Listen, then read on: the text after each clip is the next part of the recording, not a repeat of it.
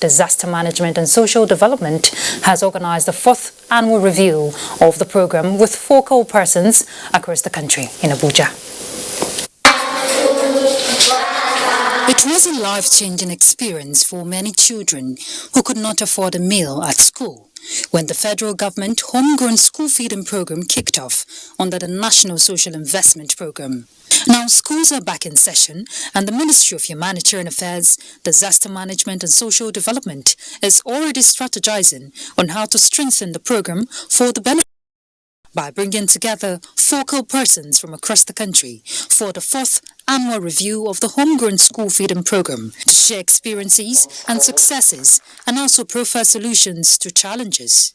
The National Homegrown School Feeding Program will soon launch a capacity building exercise for vendors and enumeration of all beneficiaries on the program. The Federal Ministry of Humanitarian Affairs, Disaster Management and Social Development remains committed to providing the necessary support and the enabling environment for social protection and inclusion policies to grow and take root in the fabric of our nation so that future generations will thrive and succeed in a growingly competitive world. I urge you all focal persons and program managers, as well as all other stakeholders here present, to continue to support the ministry in the most coordinated way to achieve the mandate of improving the lives of vulnerable Nigerians that are targeted in these programs, especially the Nigerian child. And as the president of the country has expanded or maybe allowed for the expansion of the program, we hope to see more beneficiaries keying into the program, and we want to see more commitments. As key players of the program continue the review in the next few days, the expectation is for an improved coordination at all levels towards actualizing the goal of keeping children in schools and reduce poverty. In Abuja, all right, let's bring you update on COVID-19. 1,444 new infections of the virus have been recorded in 20 states and the FCT. In the figures released by NCDC, Lagos State tops the list with 901, followed by Plateau with 136, then Kaduna with 57, while FCT has 54 new cases. Other states are Ebonyi 53, Akwa Ibom 52, Nasarawa 32, Osun 29, Ogun 28, while Imo and Oyo states have 16 each. 15 in Edo, 14 in Kano, 10 in Rivers, 7 in Ekiti, 6 in Borno, 5 in Abia. Benue and Yobe states have 4 cases each, Kebbi 3, while Anambra State has 2 new infections. So far, Nigeria has 110,387 confirmed cases, with 89,317 patients treated and discharged, while 1,435 have died of the virus. Daily attitude and reaction of Nigerians towards the second wave of COVID-19 has continued to be a source of concern to experts. In this special report, Oyemi Ajayi finds out why some Nigerians take cautions with levity. Experts have continued hampering the fact that the second wave of COVID-19 is more deadly, dangerous with morbidity faster than the first wave. In Europe and other advanced world, thousands of deaths are recorded daily, despite the availability of vaccines. This new virus unfortunately has found its way to Africa, and Nigeria is also feeling the heat. In the past few days, Nigeria has recorded over 100 new cases daily, despite series of awareness created by the government and others concerned. And that brings about the question of how Nigerians are reacting to the second wave of the pandemic. Why are you not wearing your face mask? Well, I can't forget it inside motor. This morning, the population, even in the staff buses, people are not very careful. The only thing you can see is the face mask. Everybody is wearing it. But in terms of physical distance, people are not careful with that. These have become common excuses for many who have imbibed nonchalant attitude against the virus, despite alarming rates of cases in the country. I have a doctor friend who says, I think who works in the National Hospital, and confirms that at the National Hospital they're running out of bed space, they can't even contain what's going on. But you see, in the open air, you hardly you hardly see what's really going on. So like it's a two-way street. It's real one. So, but what I will have to advise is let everyone just take precaution in every way he thinks he can. But the thing that I think government need to do is enforcement. Enforcement in the sense is that the protocol that has been set out by the NCDC, that every places, especially public places, should be adherence strictly. Many accused transporters as most culpable for flouting the COVID-19 protocols, as some buses, after conveying the approved 55% capacity in their vehicles, still go ahead to pick up passengers on the roadside, an attitude enforcement agencies say will not go unpunished. We'll continue to do our job by randomly checking them on the way and enforcing the law. We as we advocate it in the motor parks, we're equally enforcing the law. So overloading is overloading, and if you violate any of the COVID-19 protocols, we punish you appropriately. As Nigeria awaits the first COVID-19 vaccine to be accepted in the country, Nigerians are enjoined to maintain the COVID-19 safety measures and protocols in order to flatten the curve, which has continued to rise daily. In Abuja, Oyeyemi Ajayi, NTA News. And talking about vaccines, ECOWAS is fronting a regional strategy to acquire COVID-19 vaccines for the region. Well, this the president of ECOWAS Commission, John Claude Cassibrao, considers as a more beneficial and economic approach to get citizens of the community vaccinated. Let's hear more from Onenge Fineface. There is a global scramble for vaccines against the ravaging coronavirus pandemic. The United States, China, and some countries in Europe have already begun vaccination of their citizens, and African countries are in a hurry to get doses as well. In a presentation to plenary at the ongoing ordinary session of the ECOWAS Parliament, President of the ECOWAS Commission, John Claude Cassibrao, says a united front to get the vaccine is the best option for the region. Is to see how we come together and collectively work to address the issue of the vaccine. Because if we do it collectively, we can have better price. Because they'll be buying instead of for each member country trying to buy for a population of 8, 5, 10, 15, 20 million, we buy together for over 300 million, population size of 300 million. Members of Parliament want improved funding for the West Africa Health Organization to effectively execute the task of regional vaccination against COVID-19. You cannot have investments, you cannot take care of education and agriculture, food security, if we do not prioritize expenditure on health. Even if, for example, Nigeria vaccinates its people, if in Guinea or Ghana or Burkina Faso they have not actually vaccinated their people, we are still the same. And I'm thinking of malaria. What measures are now being taken to do something about malaria? ECOWAS Commission also presented the region's monitoring and evaluation policy to Parliament at plenary. Onengie Fineface, NTA News. A look at the economy. Economic experts have applauded the tax reductions captured in the Finance Act 2020 to be enjoyed by Nigerians in the wake of the economic impact of the COVID-19 pandemic. During discussions on NTA's Good Morning Nigeria, they also commended the reduction of the VAT on services, while being optimistic that more people and organizations will be brought into the tax bracket to generate more revenue. Lydia Sampson reports.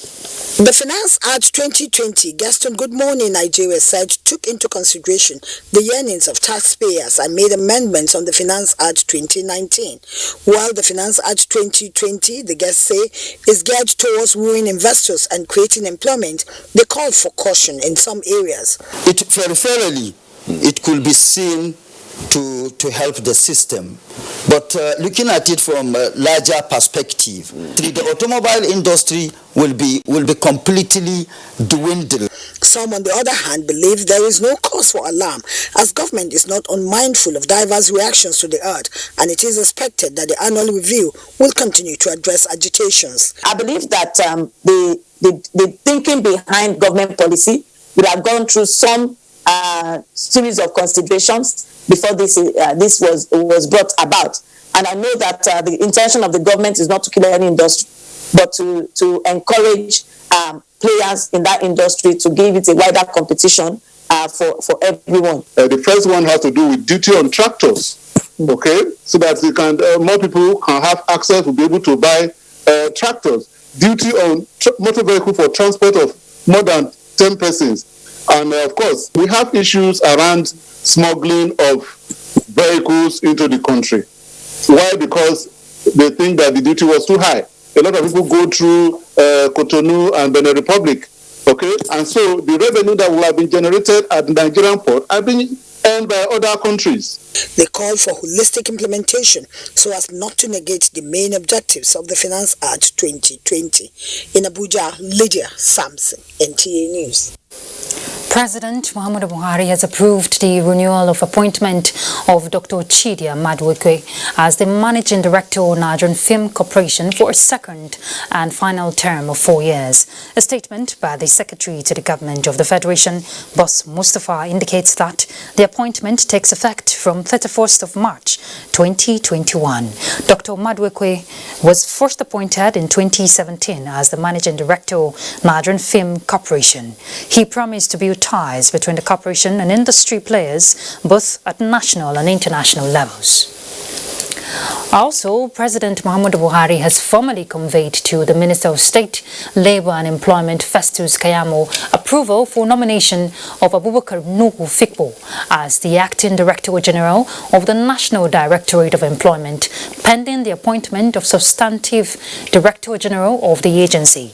In a statement, the Senior Special Assistant to the President of Media and Publicity, Garba Shehu, recalled that last month the President relieved the former DG of the agency and directed the Minister of his duties and directed the Minister to nominate an acting DG to superintend over the agency, pending the appointment of substantive DG.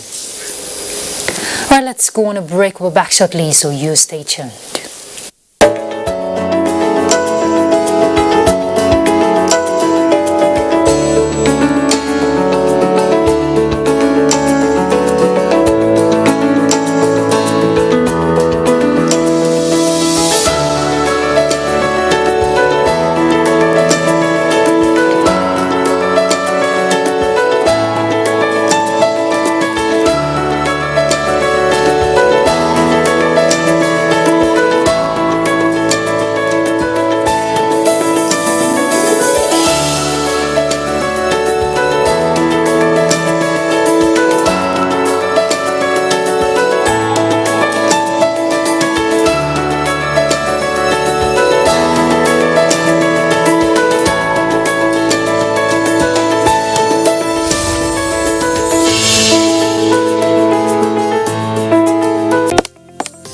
Social media as a channel of communication is inherently harmless.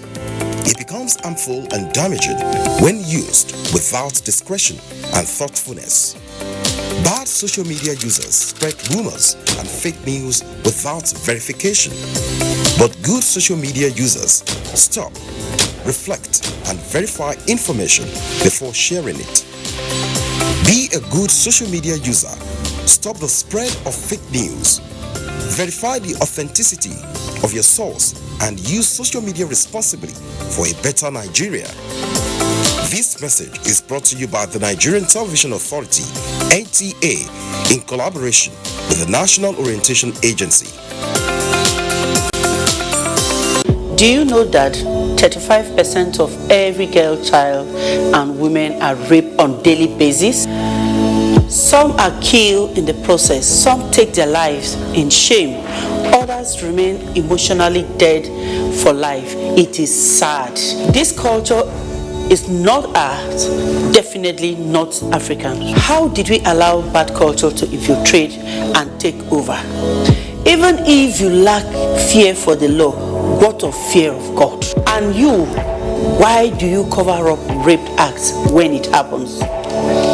Remember, a problem shared is a problem half solved. Never cover any rape act because a rapist is a murderer. It could be you or your loved ones next. Women must be treated like the prize gem they are. Say no to rape.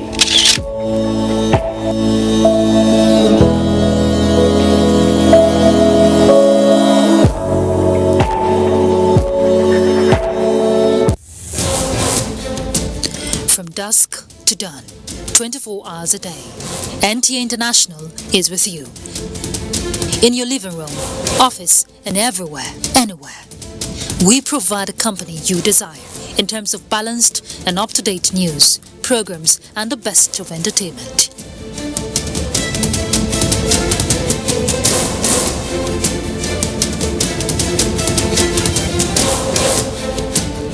Tune in to DSTV channel 251, GoTV channel 91, Freeview channel 264, or live streaming via www.visiontv.co.uk. Application for iOS or Android. You can also see us on Facebook and YouTube for quality content on the go. NTA International, Africa's window to the world.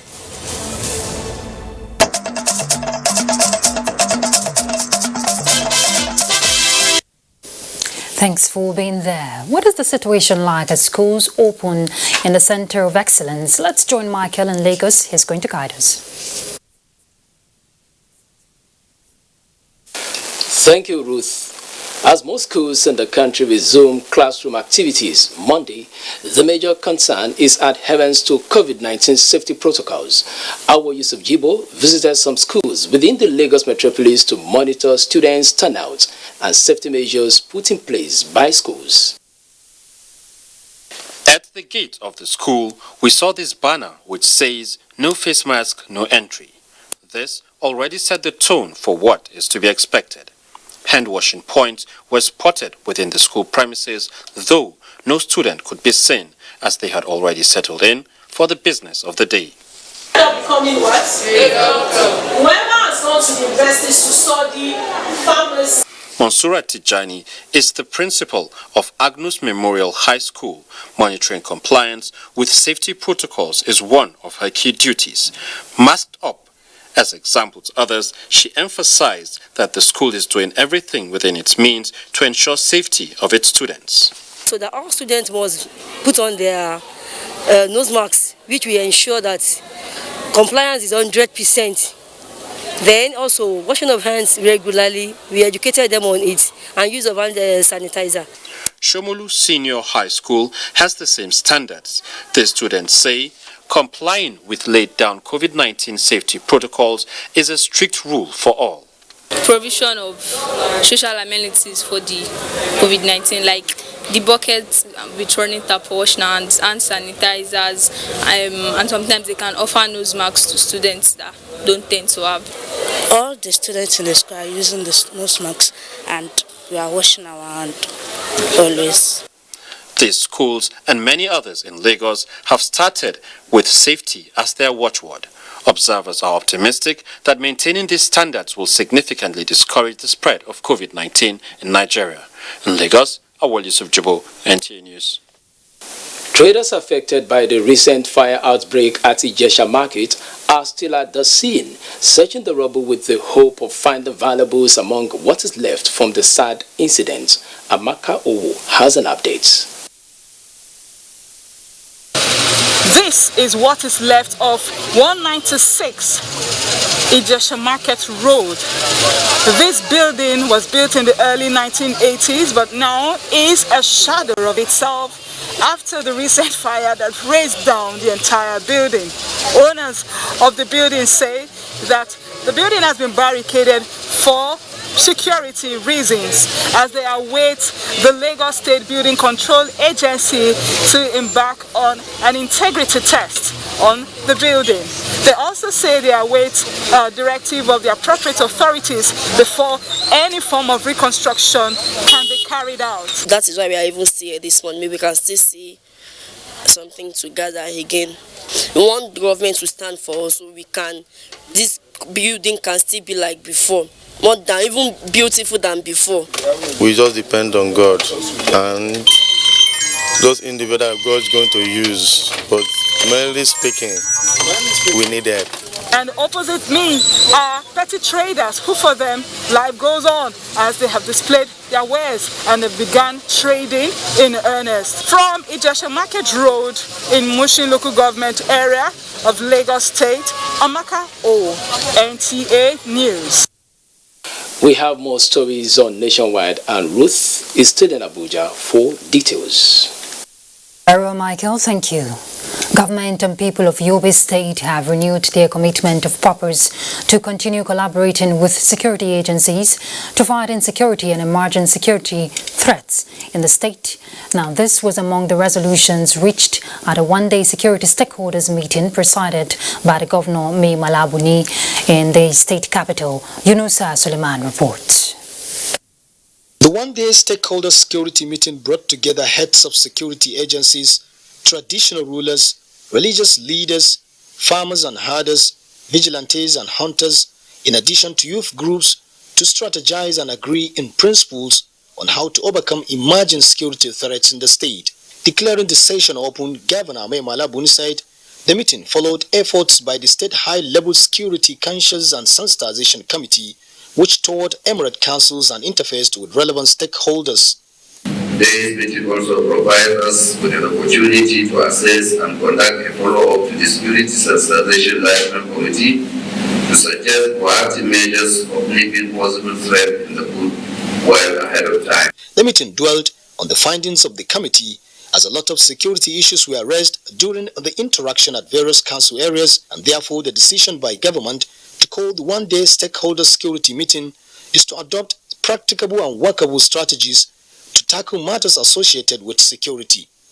In the Matru, Yunusa Suleiman, NTA News. More news on security. Following credible intelligence on bandits at Bungudu local government areas in First State, troops of Forward Operating Base Kekuwuje responded immediately and eliminated 30 bandits while 24 cows and several sheep recovered. Details of recent operations contained in a statement by the Coordinator of Defense Media Operations, Major General John Anecha, indicates that troops deployed at Maradun also responded swiftly to an information on reprisal attack by bandits at Jambako village in Maradun local government area of Zamfara State, killing 5 in the encounter. Similarly, following a tip-off, 2 suspected bandits collaborators were arrested at Dungun Wazu village in Sabua local government area of Katsina State. As part of its corporate social responsibility to host communities, the Federal Road Maintenance Agency, FEMA, engaged some individuals in solar installations, converter maintenance and street lighting in Calabar. Ode Alenyon reports that while the training gainfully empowered youths, communities are also rejoicing over government's installation of street lights aimed at keeping miscreants at bay.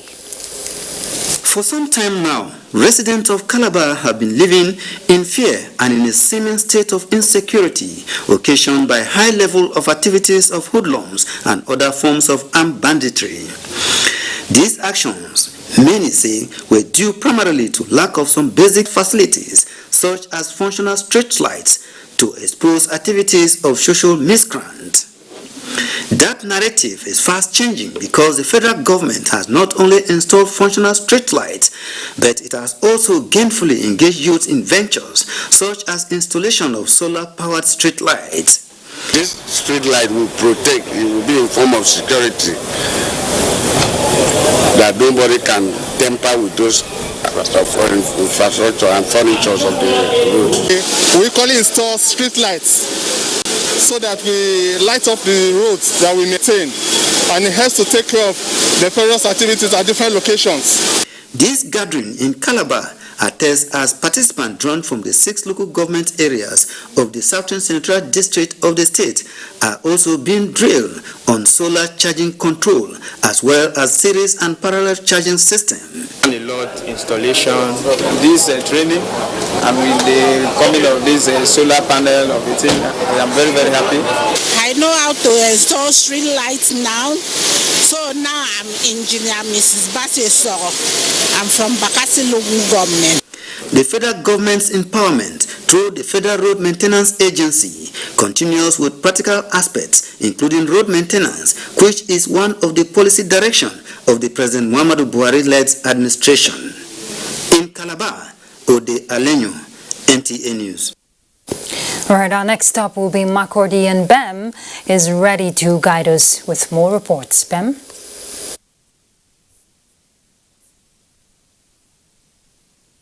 Thank you, Ruth, and welcome to Makurdi.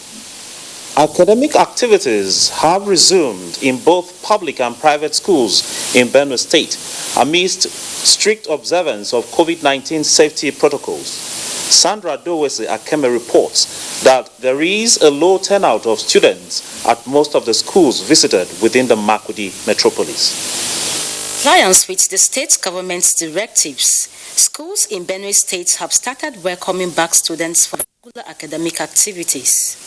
As part of conditions necessary for school resumption, the Presidential Task Force on COVID-19 gave directives for school reopening. What is the level of compliance? An assessment of most schools visited shows a high level of compliance, as most of the schools have been disinfected while others are in the process. Some head teachers say they are happy to be back to catch up with the academic calendar, as there's a lot of school work to be done. For our own school, the learning has started today, and because the teachers came back before and they prepared for today. Any visitor coming here should see us as a body, as an organization, observing government regulations on this pandemic. The students expressed happiness over the resumption and promised to abide by the protocols and guidelines against COVID-19 while ensuring that their studies will be taken seriously to make up for last time. We are hoping that we'll be able to cover up for the last 2 weeks that we have missed. It has been long since I've seen my friends. I was even thinking that maybe before we resume again to be like maybe like that last time. To avoid the coronavirus spreading, I need to keep social distance and sanitize and always wash my hands. Following this resumption, it is expected that all the safety guidelines will not only be strictly observed but sustained throughout the academic period to forestall any further damage from the dreaded pandemic. In Makurdi, Sandra Dowese Akeme, NTA News. Governor Samuel Otom has sworn in Justice Elizabeth Aleje as judge of the customary Court of Appeal. The governor, represented by the Deputy Governor Benson Abonu, charged her to maintain justice in her new capacity. Charles Abba reports. I, Elizabeth Aleje, having been appointed as judge of the Court of Appeal in Benue State, hereby solemnly declare, swear and pledge that in the service of my country, I will be faithful and bearing allegiance to the Federal Republic of Nigeria.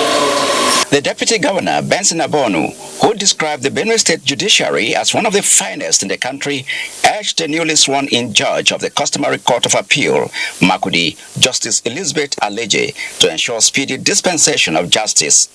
Our administration is prepared to do all within its capacity to ensure that not only customary Court of Appeal judges, but the entire judiciary in Benue State is adequately staffed to effectively discharge their responsibilities. The judiciary is where the common man goes to, where justice is being delivered. I believe with her character, she will live up to expectation. Justice Elizabeth pledged her commitment to add value to administration of justice in the state. She added that it is high time premium was placed on fair play and truth in governance. In Makurdi, Charles Abba, NTA News. Armed bandits have killed one Benue State livestock guard and wounded a personnel of the Nigerian Security and Civil Defense Corps Agro Rangers in Makurdi. Special Advisor to the Governor on Security Matters, Lieutenant Colonel Paul Himba retired, says the guards were attacked while on patrol. Charles Abba again reports. The livestock guards, alongside operatives of the Nigerian Security and Civil Defense Corps Agro Rangers, were said to be on patrol at Mbala Council Ward within Makurdi when the bandits attacked them. Special advisor to the governor on security matters, Paul Hemba, explained that one of the guards was shot dead, while an operative of the Agro Rangers sustained bullet wounds around the forehead. Just laid ambush in the bush. As the patrol team was passing, they suddenly opened fire on them, killing one of them instantly, and then injuring the other one partly in the eye. For now, no arrest yet. We immediately called on members of Operation Wise Troop. They responded swiftly, but before their arrival, the gunmen had vanished. Commander, Benue State Livestock Guards, Lino Zaki, said it happened around 6 p.m. Friday when they were returning after the patrol. We were coming on motorcycles. We now heard a gunshot, both sides of the road. We are firing this side of the left and we are also firing the right hand. Then I now jumped down with my men. Then we started running. He, however, expressed his determination to continue to exercise his legitimate duties. This is among several fatal attacks on the livestock guards by armed gunmen in the course of their duties. In Makudi, Charles Abba, NTA News. That's it from Makudi. It's back to Ruth for the continuation of Nationwide. Many thanks, Pam. The National Drug Law Enforcement Agency is deploying sophisticated measures towards tackling the wave of drug abuse and trafficking in the country. Brigadier General Buba Marwa made the commitment during his maiden press briefing as the new chairman of the agency. Abdulmalik Hassan reports. Drug abuse and trafficking has negative impact on the society. Experts say it has linked with moral degeneration of youth and adverse consequences on the economy. In 2018, statistics shows that 14.3 million Nigerians between the ages of 15 to 64 involved in different levels of illicit drugs. This, the new chairman promised to tackle with strategic roadmap to be developed from 2021 to 2025, aimed at eliminating the menace of illicit substances. I would like to today warn those who engage in the dastardly trades of importation, export, cultivation, processing, manufacture, trafficking, sale, and consumption of illicit substances to stop forthwith. The new NDLEA started with a successful interception of 21.9 kilograms of cocaine at the Nnamdi Azikiwe International Airport. For now, manhunt has been launched on the peddler. Abdulmalik Hassan, NTA News. Well, the efforts towards ensuring a drug-free society has continued to take several dimensions. Experts are, however, worried that the outcome is not commensurate to the input. Larita Rinze in this report sought to find out why, and efforts of the National Drug Law Enforcement Agency in stemming the tide in Imo State. The attendant consequences of drug abuse and illicit drug trafficking on the society cannot be overemphasized. Many, particularly youths, have lost their means of livelihood to drug abuse. The impact on the economy is not left out as huge resources are committed to the fight against the criminal act. Describing the situation as worrisome, the State Commander, National Drug Law Enforcement Agency, Imo State Command, Nsejak says the year 2020 witnessed increase in arrests as 190 suspects were arrested, while 34 were successfully prosecuted. The drug abuse situation in Imo State in 2020 was alarming. Honestly speaking, even despite the COVID-19 pandemic in 2019, it's as if the pandemic gave a lot of people the reason to start abusing drugs, having been restricted to their various homes and communities, no movement. While noting the efforts of the federal and state government in supporting the fight against drug abuse, he says a lot still needs to be done, especially in the area of awareness, funding, and manpower. He assures that officers and men of the Imo State Command have positioned themselves to achieve greater results in the new year and warns perpetrators to desist from drug peddling. While some of the suspects arrested have been cancelled and released, others brought by their relatives are undergoing rehabilitation. In Owerri, Lorita Rinzewim, NTA News. All right, let's head to Maiduguri to join Mohammed for some more reports on Nationwide. Many thanks, Ruth, and welcome to Maiduguri. 1,163 displaced children were enrolled into primary school in Damasak, headquarters of Mobar local government area of Borno State. The enrollment exercise followed back to school campaign personally supervised by Governor Babagana Umar Zulum as part of his 3-day official engagement to the area. Mohammed Goni reports. Education is one of the 10-fact agenda of the present administration.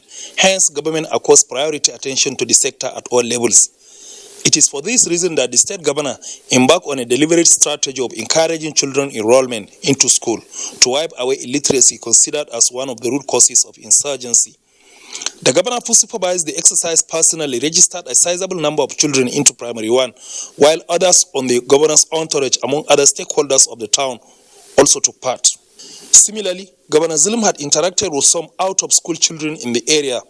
As a measure to ensure retention, the governor emphasized that henceforth, government will extend food and other humanitarian support to only parents and guardians who enroll and retain their children in schools. One of the root causes of the insurgency is lack of education. And therefore, government will do everything possible to ensure that children of this community are being enrolled into primary schools, secondary school, and even into tertiary institutions. The school dropouts will be readmitted under a special program that will enable them continue their education, while government will look at the possibility of securing placement in various organizations for the graduates, among other indigenes with relevant qualifications. Senator representing Borno North, Abubakar Kyari, among other critical stakeholders in the area, bear their minds on the current move by the governor towards education of the young ones and call on parents to avail their children to school. In Maiduguri, Mahmoud Goni, NTA News. About 10,000 households from Mobar and Abadam local government areas in northern Borno benefited from distribution of food and cash support from the state government. This was during Governor Babagana Umara's 3-day official engagement in Mobar local government area of Borno State. Again, Mohammed Goni reports that Damasak headquarters of the local government hosts IDPs from Abadam local government.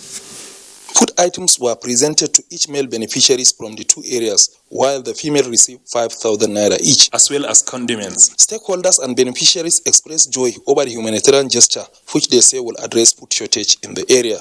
Governor Bagana Umara, who was supported by the Chairman State Palliative Committee, Engineer Bikar Talba, said efforts are being made to create enabling environment for them to engage in. Governor Zulum also disclosed that the military high command has given him assurance that security threat along Damaturu-Kareto Road will be addressed, adding that civil authorities has to be established in Kareto as a means to addressing the challenges on the highway.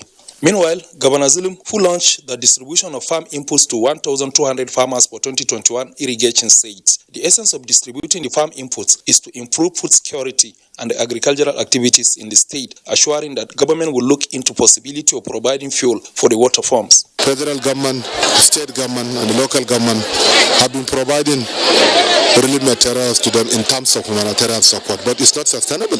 And therefore, we are here to distribute agricultural inputs so that they can be actively engaged in their agricultural activities. Mustafa Alajimai, among other beneficiaries, was full of praises to the governor and pledged to be committed to farming activities. Senator representing Borno North, Abubakar Kyari, Borno State Commissioner for Agriculture, Engineer Bikar Talba, as well as Chairman, Mobar Local Government, Mustafa Bunukolo, appreciated Governor Zulum for his show of concern to the people of Mobar, particularly the farm inputs extended to farmers, and urged the people not to sell the items. In Maiduguri, Mahmoud Goni, NTA News.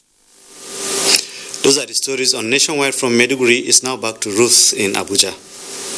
Thank you, Mohammed. And for us, next is a break. So stay tuned. Life can be very eventful. We curiously expect things to happen, even when we don't know what. Our human nature makes us like and repost lots of information. Some are unverified, inciting anger and hate. Sometimes innocently, other times the urge to break it first. This, in most cases, has caused destruction in many nations.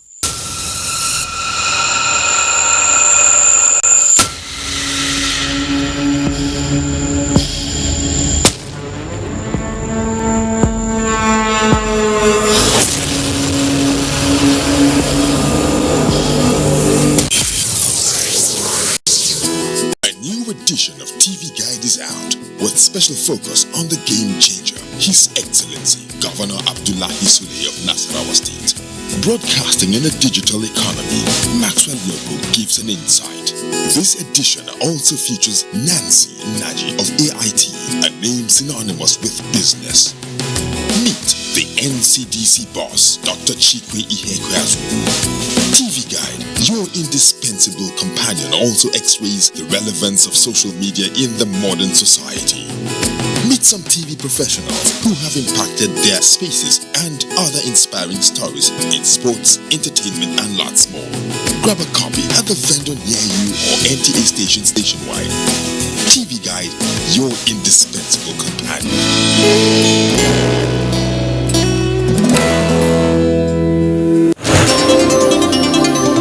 NTA News 24, a 24-hour news station, brings to you news and happenings 7 days a week. News at 10 a.m., news update at 11 and 1 p.m. News desk at 3 p.m. and 6 p.m. and late evening news at 11 p.m. Follow us on any of our platforms and keep abreast of events and current affairs within and outside our shores. We are on DSTV channel 419, GoTV channel 46, Star Times channel 101 and Free TV channel 703. Join us. The food crisis is brewing, and our tables will soon be empty if the world's population continues to increase and food production decreases. We're not producing enough for our population. I will do better if I can get source, financial source. Catch new episodes of Farm and Fortune every Monday at 5:30 p.m. on NTA Network.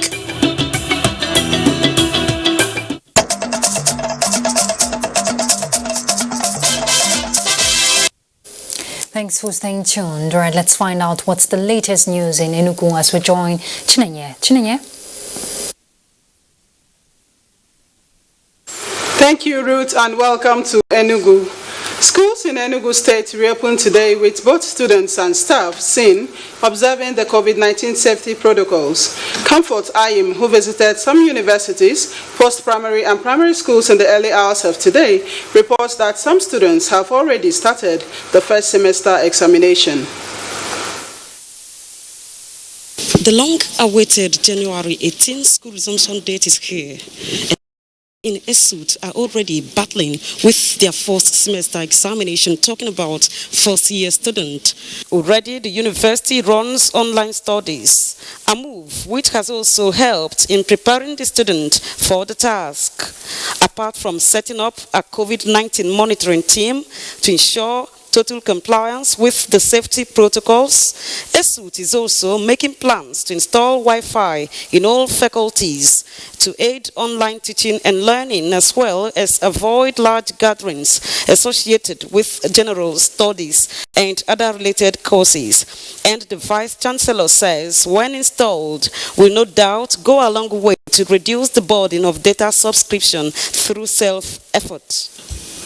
Global pandemic does not recognize their status, and so we insist that anybody driving into the school has to stop at the gate, and my security people and other staff deployed at the gate will have to inspect the people inside to ensure that at least each of them has a face mask.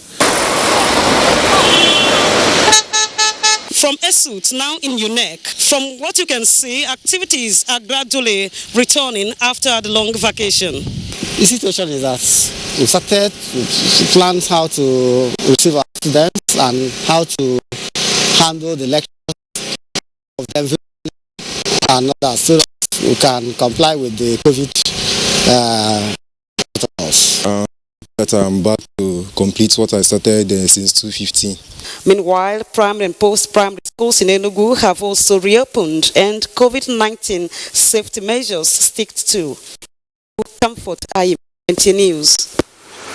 In line with the Enugu State Government's Development Trust of opening up the rural communities, the 12-kilometer MNA Ugwomu Godfrey Okoye University Road has been completed and inaugurated. Governor Ifeanyi Ugwoanyi, who performed the function, restated his determination to continue developing the grassroots. Susan Eze reports. The 12-kilometer road, being the first asphalted road within the area, is a dream come true for the Ugwomo and other surrounding communities, as well as the Godfrey Okoye University, which has its permanent site in the community. The project, a partnership between the university and the Enugu State Government, began in 2018 following the release of funds by the state government to the university. It was executed using direct labor under the supervision of the university's physical planning department. Happy with the success story of this arrangement with the institution, which he described as partners in progress, Governor Ugwoanyi stated that the road will not only provide easy access to the institution, it will stimulate local commerce and improve the quality of life in the surrounding communities. Alleviating the sufferings of our people, especially the rural populace, through the provision of critical infrastructure and expansion of economic opportunity has been a major plank of our administration. The completion of this road, according to the Vice Chancellor Godfrey Okoye University, marks a new dawn for the institution and the host communities. With this road, the economic life of all the communities will be improved tremendously and blossom incandescently like flame of the forest. An excellent service award was conferred on the governor by the benefiting communities to convey their gratitude for the project. In Enugu, Susan Eze, NTA News. And that is it from Enugu. Ruth, it's back to you in Abuja. Thank you, Chinenye. The National Commission for Museums and Monuments has signed a memorandum of understanding with the Olaya family to put an end to all lawsuits concerning the demolition of the national monument Iloja Ba in Lagos. The epoch-making ceremony was witnessed by Adeola Kami Ekare. The Iloja Bar, originally known as Casa de Fernandez Restaurant and Bar, was built by the Fernandez family of Brazil in 1855 and later sold to Alfred Omolana Olaya in 1933. The building, after 100 years, was declared a national monument in 1956. This historic Brazilian-style architecture was demolished by some family members and developers to the Director General of the National Museums and Monuments at the signing of said it is a criminal offense for anyone to demolish a national monument. It appeals to Nigerians to protect monuments in localities. So Lagos is a developing city, so therefore I think we need to have a monuments there. So knowing the consequences, they went and brought this place down. Representatives of the Olaya family and former Lagos State Commissioner for Physical Planning and Urban Development described the event as the right step in the right direction. That we have come to this stage, and I think what they were saying that we are supposed to suffer consequences, and I think that this thing has been waived off. This signing of this. First thing is that it is a plus for both sides. The Olaya can now move ahead, get the structure redeveloped, and then it can yield some economic returns. The Olaya family also handed over the original angel artifacts that adorned the building to the Commission. This public-private partnership will bring on board a newly constructed monument with 7-floor structure and a space for a museum. In Lagos, Adeola Kamiakeri, NTA News.